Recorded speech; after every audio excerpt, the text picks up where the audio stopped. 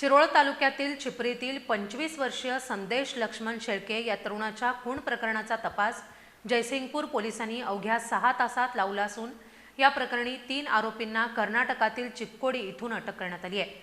मयताच्या बहिणीनं आरोपीच्या आईला अपशब्द वापरल्याचा राग हे या खुनामागचं मुख्य कारण असल्याचं पोलिसांनी सांगितलंय। शिरोळ तालुक्यातील चिपरीतील 25 वर्षीय संदेश लक्ष्मण शेळके या तरुणाच्या खून प्रकरणाचा तपास जयसिंगपूर पोलिसांनी अवघ्या 6 तासात लावला असून या प्रकरणी 3 आरोपींना कर्नाटकातील चिक्कोडी इथून अटक करण्यात आली आहे। मयताच्या बहिणीनं आरोपीच्या आईला अपशब्द वापरल्याचा राग हे या खुनामागचं मुख्य कारण असल्याचं पोलिसांनी सांगितलंय। 6 ऑगस्ट रोजी सकाळी 8:30 वाजता चिपरी गावातील घोडावत गेस्ट हाऊस आणि ऑइल मिलच्या रस्त्यावर संदेश शेळकेचा धारदार शस्त्रानं वार करून खून करण्यात आला होता। या प्रकरणी संदेशचे काका भगवान अण्णा शेळके यांनी जयसिंगपूर पोलीस ठाण्यात तक्रार दाखल केली होती। या घटनेची माहिती मिळताच पोलिसांनी तत्काळ तपास सुरू केला। सीसीटीव्ही फुटेज आणि गोपनीय माहितीच्या आधारे संशयित आरोपी कर्नाटकातील चिक्कोडी इथं लपल्याचं पोलिसांना समजलं।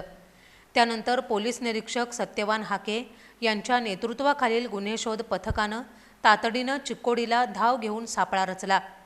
पोलिसांनी युवराज रावसाहेब माळी वय वर्षे 30 राहणार चिपरी, सूरज बावासो ढाले वय वर्षे 30 राहणार खोची आणि गणेश संभाजी माळी वय वर्षे 25 राहणार चिपरी या तिघांना ताब्यात घेतलंय।